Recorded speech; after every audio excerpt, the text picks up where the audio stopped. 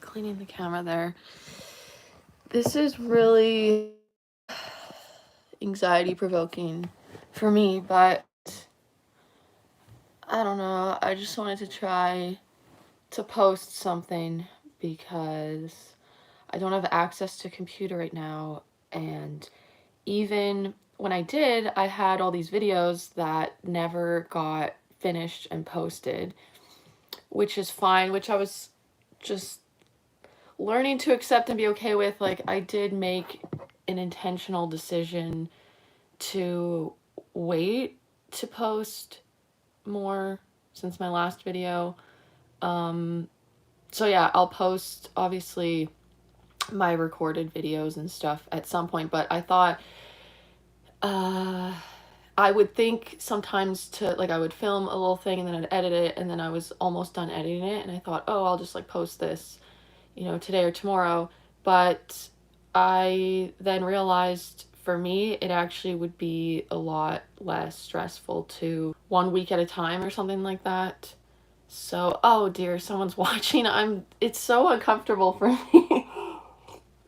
It's like this is public obviously, and then I'm like, "Oh dear, someone's watching. Thank you for tuning in, whoever you are." It's because why I'm doing a live stream is because already lost my train of thought. Yeah, I don't have access to computers, so I want to, I don't know, I'm like, maybe I'll just make a new thing where I just do live streams on YouTube. As stressful as it is for me, it's just like getting posted as is and record, like there's no chance for me to get really neurotic about it, and then like also prevent myself from even posting it because I get really self-conscious and stuff like that. And then I also don't even have to save the footage or store it anywhere because when you just have your phone, it's kind of hard to store big video files and stuff like that. So that's why I'm doing a live, and I don't know how long I'm gonna be here today. Like, I don't have a plan, but I guess my one plan was to just try to be as I am, try to be shame free, because it's like one thing to have anxiety and stuff like that, and then when you have so much shame about the anxiety, it's like an extra layer of anxiety that it just, yeah, perpetuates the initial anxiety. And like, I don't know, it's like you get confused as to why you're anxious. Like, you maybe know at first and then you just feel like something's not okay a lot of the time. And I had realized obviously the shame. I'm just chilling here. The anxiety, what was I saying? Oh yeah, the shame stuff it's like I knew I had toxic shame for a while, but then it only clicked more recently that the like social anxiety I get, obviously it's shame based, but like there were these specific things where it was like, oh, I'm like nervous about appearing nervous, which, like, yeah, I don't know, I kind of knew, but then I didn't. There was like this extra realization I had that sort of clicked where it had to do with my beliefs. There's been so much tied in with my beliefs that it was so ingrained in me that, and subconsciously, I think, like, I don't think I was consciously like, oh, I'm not like allowed to be nervous in this situation or something. I just, honestly, it was so ingrained that I had to have my energy open in a way, if that makes sense, like to just how I'm appearing as well. Like, okay, if I'm tired or if I'm appearing sad or this, or like, it wasn't just like, oh, I'm scared of people thinking that I'm not happy or something. It was actually like, it's wrong to not be like, hey, how's it going? Like, when I go to the gym, it's like wrong to like look depressed. I realized that I had these really, really ingrained beliefs that like I wasn't fully aware of. I was just like, get into the situation and then like my brain just goes off. and I'm all really, really self-conscious. And one of my main triggers, like what kind of started my social anxiety, what really kicked it off was I got I am fair skinned. I tend to blush easily. And I got embarrassed at school one time, and then like a kid really pointed it out in my class and was like, "Look at oh look Alyssa, Alyssa's so red. Her face is so red. Like look everyone." And I just got to the point where I was like so embarrassed. I like didn't know what to do. Like I couldn't escape the situation, so I just like buried my head in my textbook. And then I do remember like I had friends in the class. Like I think some people just didn't even really know fully like what would like they weren't maybe paying attention, but for me it felt like he got the attention of a lot of the class to look at me, and like no one said stop or that, like I just felt like it was just for me it was traumatic. Like I know other people have gone through way worse types of things, but like specifically my social anxiety was kind of, it started with this like I never want that ever to happen again. I don't ever want to get embarrassed like that. And then that I can't, like a thing got stuck in me about not being able to hide also how I look and like being vulnerable like that. And then I developed all these, like I would get comments about it in kind of negative ways. And like a boss one time was like, I got on shift from, I was playing soccer and my face was really flushed from soccer, so like I wasn't even blushing from like nervousness. I like got on shift at good old Wendy's, and my boss was really intimidating stuff, and he was just like your face is so red. What, are you scared of me or something? Like I just took on the beliefs that this was bad to show, or like I am weaker than other people because they know I'm scared of them because I'm like embarrassed or whatever. So yeah, there was like a lot of shame associated with that. That's what started my social anxiety, was like not wanting to ever blush in public because then I wouldn't be able to handle it. And then I had these beliefs about it that it was a shameful thing, or I was literally an imposition on other people because I was like making them uncomfortable or drawing attention in some way. So I don't like to have that. So, anyways, in my modern day life, when this clicked for me about the like, oh, I'm allowed to be nervous, like the extra layer of anxiety, the initial, like, I'm just anxious, already in this situation, but the feeling like I can't appear anxious or let myself just be. Farhan has a comment. More power to her. You are beautiful the way you are. Aw, thank you so much. Appreciate the support. So yeah, my modern day life, it's like when I go, I realize like when I go in the tire shop to get my car stuff done, I get really intimidated by the tire guys.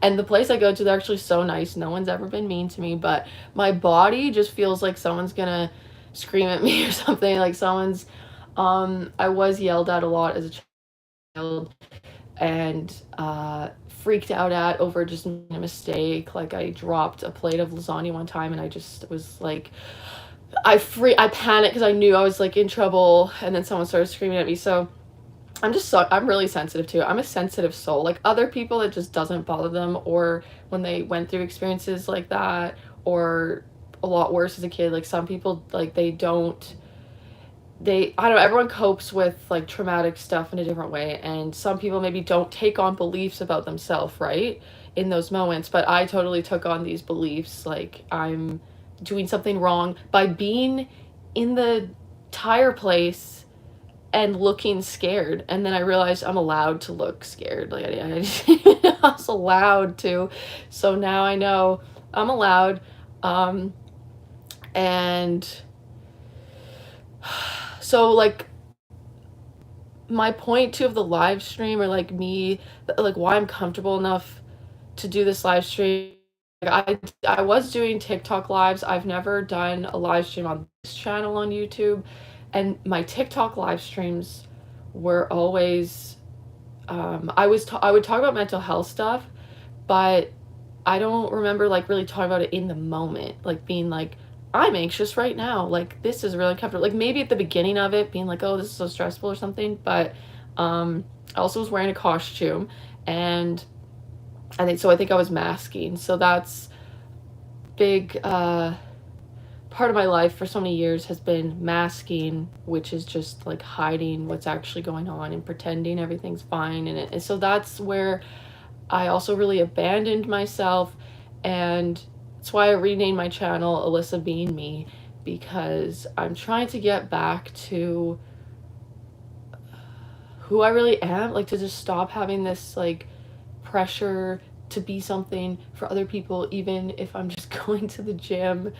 That it's okay to be quiet, even like it's just when I was in high school, um, social anxiety, I was very much really extroverted. I guess I'm still kind of extroverted at heart, but I also feel like some of the extrovertedness that I was doing was just kind of a trauma response. Like I actually realized how I do like enjoy time to myself. Not that extroverts never enjoy time to themselves, but I think I'm more introverted extrovert.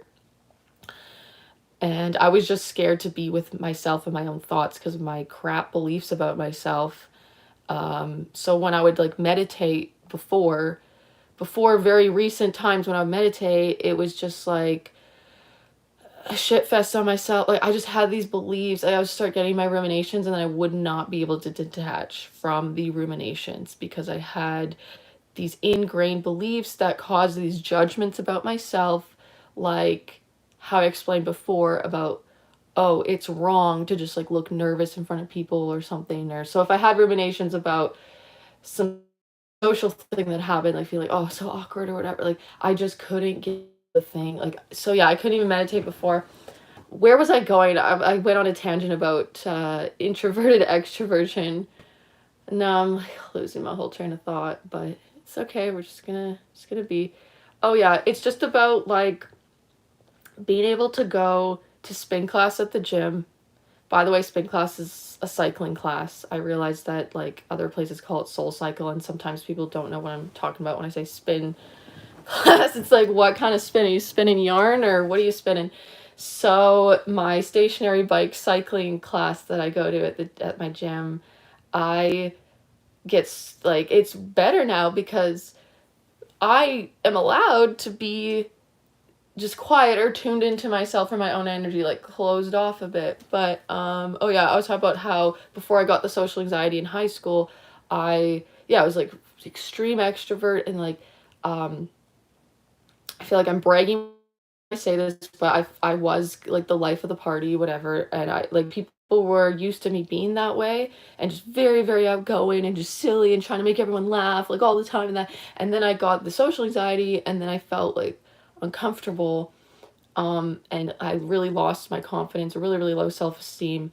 And then I got like depressed and all that. But then people were expecting the old me or the me before the anxiety and the depression and was like it would draw attention to myself when I would appear down or depressed. It was almost kind of sometimes it didn't happen like maybe a couple times people said things because I just like didn't want it to happen again. I would just mask. I would just pretend to be the I was panicking inside and so like afraid and just not happy and having all these worthless feel like having these like just someone looks at me a certain way and then I would just like have a kind of a panic attack, maybe not a full one, but like my body would just like immediately panic and I just would like that I knew what they had said. Someone could just have asked me a question like where's the milk?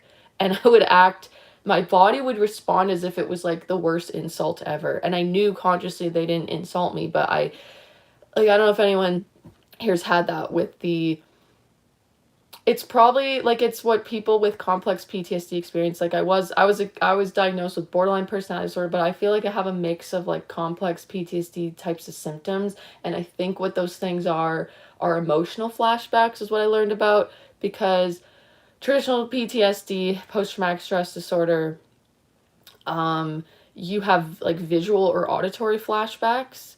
So you go back into the trauma and you're actually like experience like really experiencing it like you can see things differently I think or audit like hear things or like there's it's really common to have night terrors and stuff, right? So you're having nightmares that you're fully reliving the whole thing visually and stuff, but complex post-traumatic stress disorder is just which is like post-traumatic stress. It's like over the course of several years, it's like these multiple sort of traumatic things happening or whatever, stressors or yeah, hopefully I'm obviously not an expert, so if I'm getting anything wrong, I'm sorry to the experts. But um yeah, so complex post-traumatic stress disorder, I learned you can have emotional flashbacks. So you don't have to have um the traditional like flashback. So emotional flashback can be like your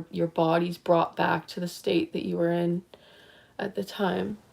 Lone says, "Hey, how are you and Sean?" Um, we're good. But I am in an Airbnb right now. So right now, Sean and I aren't living together anymore, but we are still in a relationship and we just needed physical space from each other, which is healthy. Like some people think, oh, if you move out or if you're really serious about each other, you don't live together or something, or you are living together and then you move out, like, oh, you something's like seriously wrong, or you that's are you even together?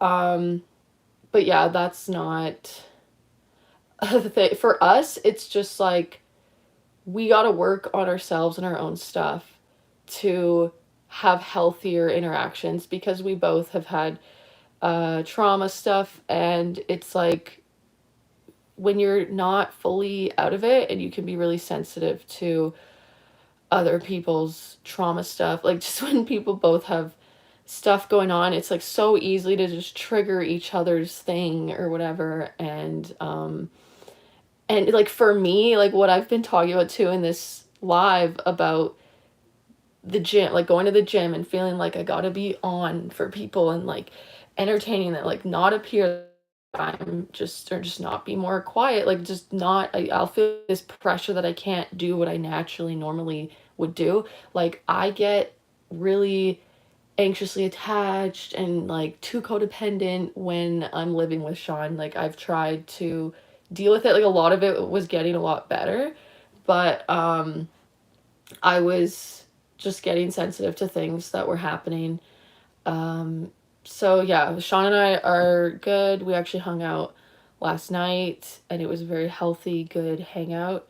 Um, but I am figuring out a different living situation to also be more independent and financially independent too, because that kind of can cause a lot of strain on the relationship. So I'm figuring out my own ways to get like support and taking advantage of certain resources with that and figuring out what I'm capable of like work stuff and trying to feel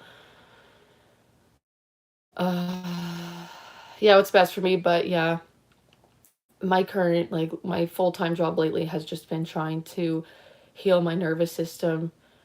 Um and it's exhausting. I don't know. It's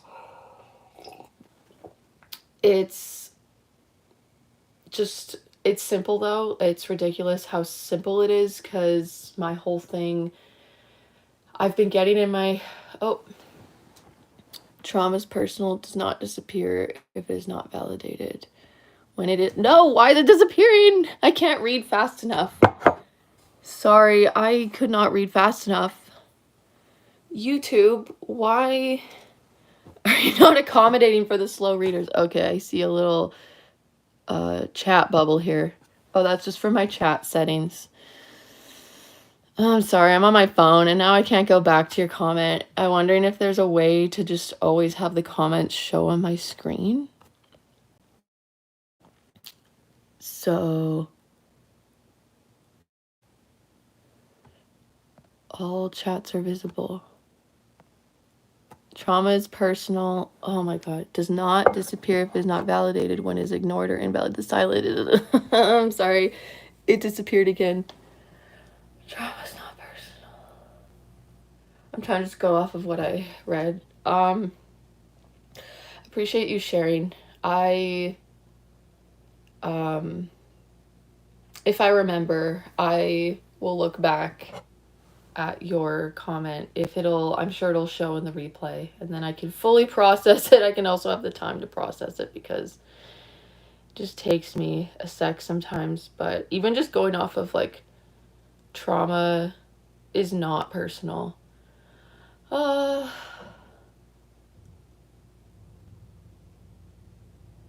I guess I sort of disagree, or like it can be and then cannot be in different like ways or aspects. I guess trauma, like for me, why I would say that trauma is personal kind of is like what's traumatic for me might not be traumatic for someone else. Like I might be sensitive to a specific thing or react or have like post stress from it, whereas someone not so much. Or like there are certain things that I'm desensitized to that don't just even say trigger a stress response, but then other things trigger this like really intense stress response. But maybe for other people, um, it's like, oh wow, that, or even just like triggers an emotion or something like that. And sometimes I'm just like, oh yeah, blah, blah, blah, blah. And then I'm like desensitized to it or don't realize. Well, I have to like stop myself from saying random things just at like family dinners because people are just like, whoa, that's intense or morbid or something. Like I just learn these random facts, and I have to be aware that it's other people are not going to want to talk about certain things when they're eating food. But for me, it was like I grew up with like my dad and my sister would watch CSI when we were eating dinner, and at that time I did have an aversion to be watching that stuff. CSI is like a crime show and everything, and they have like scenes where they're doing autopsies and everything, and I would like I can't, I don't like gore and stuff like that. So but I'll just talk about things and that, and then it's like people are eating and it, they have a bit of a aversion to want to talk about certain things when they're just eating food. So but yeah, I don't know. I wonder if I finished my whole spiel earlier that I was, oh yeah, it's just I think I'm gonna log off here in a sec. But being myself is just being that anxious person when I'm anxious, like just letting myself, excuse me, be anxious. Obviously it helps to try and calm my body when I'm anxious. Like I'm not going to um feel like I have to keep stressing and worrying and ruminating. Like what I do is I feel into my body. And what I realized too when I was like doing this was there was this like extra under layer of hypervigilance being held in my stomach. Like I was holding my stomach in, not knowing, like when I had thought I was calm, which I think a lot of those times I thought I was calm, I was actually just dissociating. Like I was just eating food and watching TV, or like, oh, I'm calm, but I was just dissociating. And so I realized that I was not really actually maybe ever. I think the internet's down.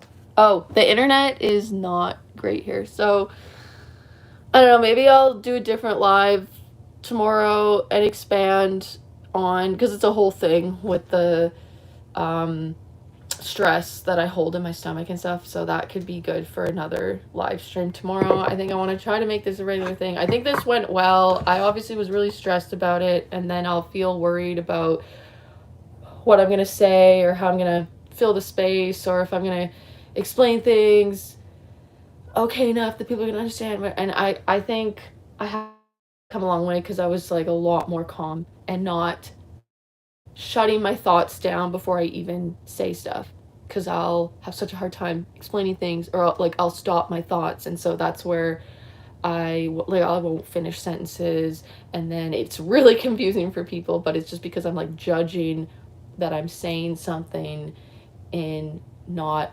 a good enough way or whatever. So yeah, anyways, thank you everyone for joining. it was nice to